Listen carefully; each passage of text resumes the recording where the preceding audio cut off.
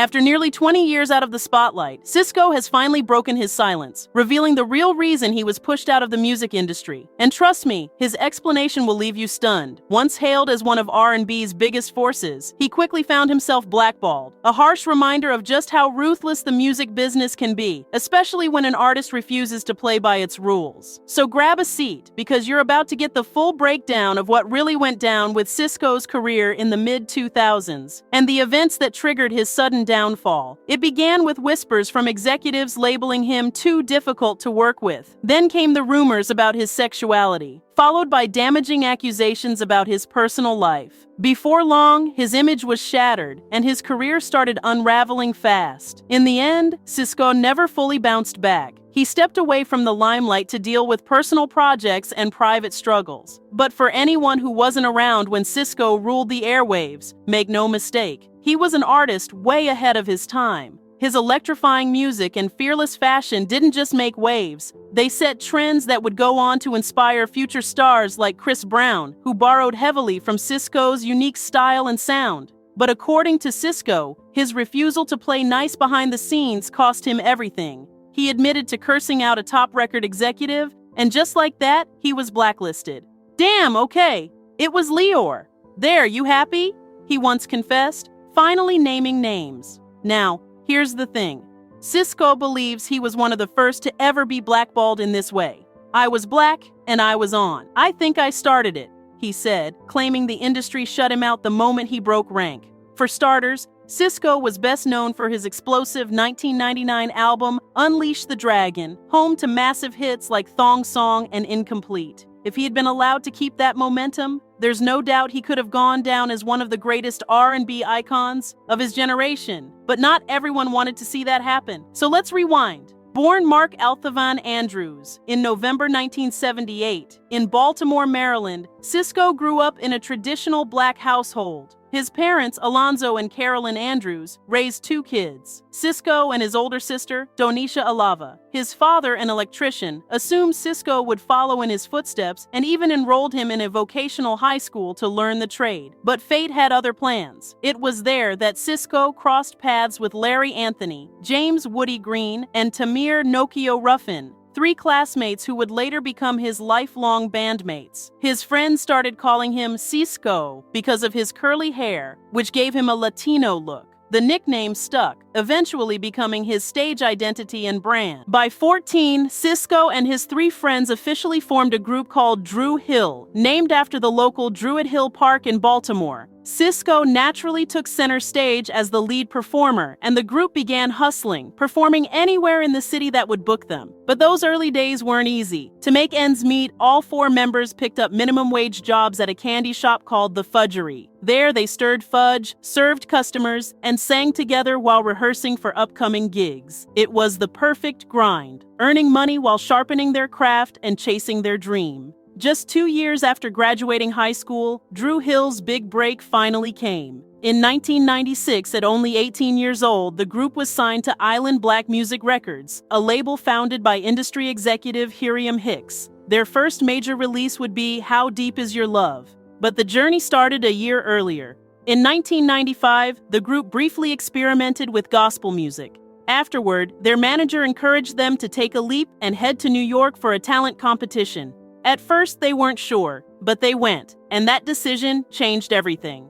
It was at that very competition that Hiram Hicks spotted them and offered a record deal that would launch DruHill into stardom. Their debut album became a massive success, but success brought its own set of problems. Not long after, DruHill filed a lawsuit against Hicks and his brothers, accusing them of assaulting one of the group's managers, Keith Ingram, with a pool cue during a party on May 18, 1997. Hicks's label, Island Black Music Records, denied the allegations completely, dismissing the claims as fabricated and insisting the group was only trying to dodge embarrassment tied to the lawsuit. The label eventually tried to quiet the storm by offering DruHill a massive settlement, a $5 million advance, plus a royalty boost of 20% on every album sold. But here's where it gets wild. DruHill turned it down. Instead of taking the deal, they demanded to be released from their contract altogether. And on top of that, they asked for a staggering $9 million payout. After months of back and forth, DruHill and Island Black Music finally reached a private settlement roughly a year after signing. The group ultimately stayed with the label, but the exact details of that final agreement were never revealed to the press. By 1999, cracks in the group started to show. James "Woody" Green walked away to pursue a solo career in gospel music. The rest of the members soon followed with their own solo projects, but they signed a pact to reunite in 2001 for a new album. Out of all of them, Sisqo's solo career exploded the fastest. His debut album, Unleash the Dragon, shot him into superstardom. The project scored him 4 Grammy nominations, including Best R&B Album and Best R&B Song, taking home 2 wins. And then came Thong Song. The track wasn't just a hit, it was a cultural earthquake. It dominated radio, lit up MTV, and shot to the top of international charts, reaching number 3 in the UK, the Netherlands, and Denmark. Practically overnight, Sisqo became a worldwide sensation. But here's the kicker. Rumor has it Thong Song wasn't even supposed to be Sisqo's track. Word on the street is it was originally written for none other than Michael Jackson. According to producers Maris Collins and Tim Kelly, the song came from sessions where they were experimenting with sounds designed specifically for the King of Pop. Collins explained, "At the time, me and Tim were locked into this creative space, constantly thinking about Michael. We knew eventually we wanted to land a record on one of his albums, so we were pushing ourselves to create ideas that were out of the box, stuff people hadn't heard from us before. That's where this new sound came from. Before we even connected with Sisqo, we knew this record was urgent. It was a game changer. But again, we were thinking Michael Jackson, not Sisqo. In other words, fate had bigger plans. The track may have been created with Michael in mind, but it ended up in the hands of the one artist bold enough to make it iconic.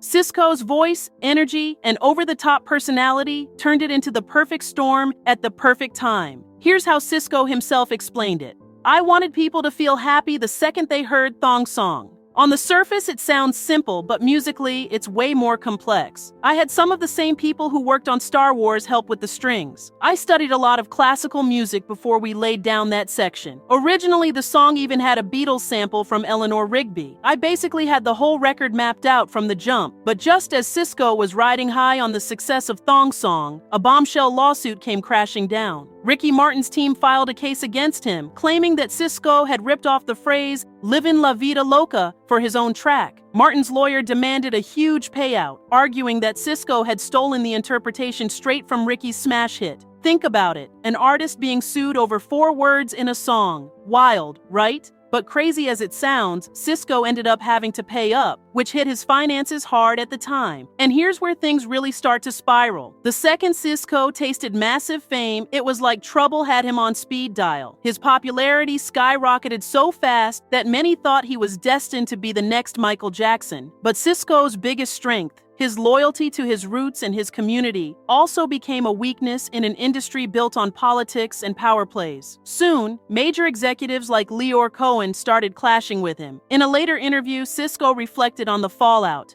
Once you get to that level of success, you have to play the game. That's what I didn't understand. Sisqo explained it like this. I thought once you had success, your job was a Robin Hood situation. I'm from Baltimore. Nobody around me had anything. So if somebody had talent, I was putting them on. I was hiring my uncle, my cousin, getting people I knew to run the studio. But that Robin Hood mindset didn't sit well with the executives running the show. According to Sisqo, that's when the clashes began. Me and the label started bumping heads because I was hard to work with. Instead of putting their guy behind the console, I'd put my guy. Instead of using their rapper for a feature, I'd get my cousin to rap on it. In other words, Sisqo's loyalty to his people, while admirable, put him directly at odds with the industry machine. And in a business where the rules are non-negotiable, breaking them comes with a price. Caring for his community became one of the very reasons he was quietly pushed out. The simple truth?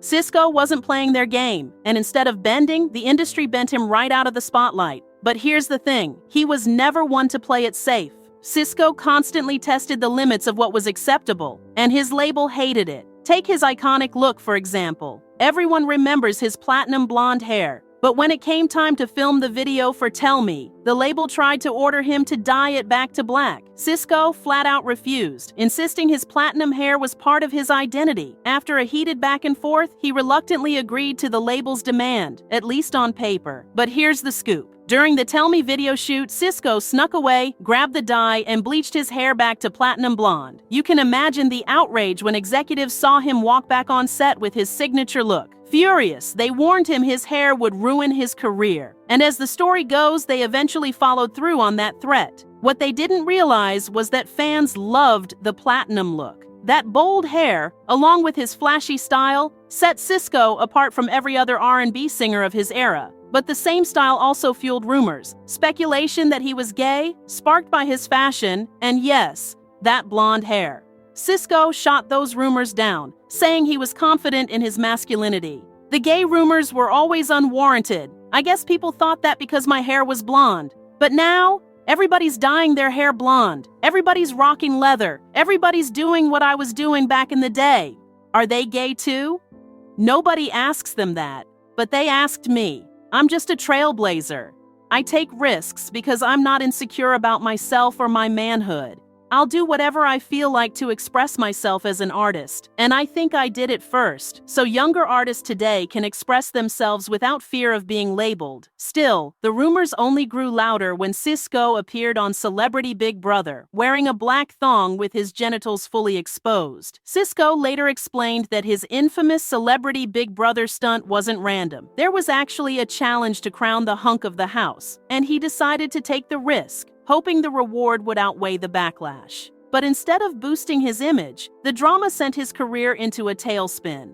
Industry insiders began quietly pushing him out, and before long, even his peers turned on him. R. Kelly released a diss track titled Hold Up, with bars clearly aimed at Sisqo. One line read, "20s on the drop, blue and yellow rocks, KK yelling stop." R. Kelly publicly downplayed the beef, but fans later pieced it together. His resentment started after a televised interview where Sisqo boldly declared that he was shutting it down when it came to R&B. Sisqo chose the high road and never responded to the track, but the damage was done. And then came the scandal that nearly destroyed him. A woman named Jama Fared from Switzerland sued Sisqo for child support, claiming they'd slept together when she was just 14 and he was 21. She alleged that she met him during the European leg of his tour, after being invited from a nightclub back to his hotel. The allegations caused a massive dent in his reputation. Sisqo tried to recover by reuniting with DruHill, but their comeback album fell flat. Critics labeled it a flop. And as if that wasn't enough, more trouble followed. In 2003, Sisqo and his then-girlfriend were arrested for allegedly firing shots at a neighbor's parked car outside their home. After that arrest, Sisqo seemed to vanish into thin air. For years, fans didn't hear much, until 2015 when he resurfaced with his own label, Dragon Music, and dropped Last Dragon. But even then, Sisqo admitted to ABC News that the industry had blackballed him after he pushed back too hard against powerful executives. On the personal side, Sisqo finally tied the knot in 2018, marrying Elizabeth in Minneapolis after a 15-year relationship. And yes, he performed thong song at the reception. Why? In his own words, because Elizabeth's thong was the last one he was ever going to see. Now, as for the wild rumors over the years, one of the craziest was that he once dated Beyoncé. But to avoid sparking any Jay-Z drama, Sisqo laughed it off and clarified that he and Beyoncé were simply friends, nothing more, since they were just moving in the same circles early in their careers. With music no longer hitting the way it once did, Sisqo branched out. He launched a clothing line, started writing children's books, and built multiple business ventures. According to him, the industry may have tried to erase him, but he's still thriving, happier now as his own boss, doing things on his own terms. But here's the real question. Do you think Sisqo still has a comeback left in him? Or is his chapter in the music industry officially closed? Drop your thoughts in the comments below. And if you enjoyed this story, make sure to hit like and subscribe so you don't miss more untold industry stories just like this.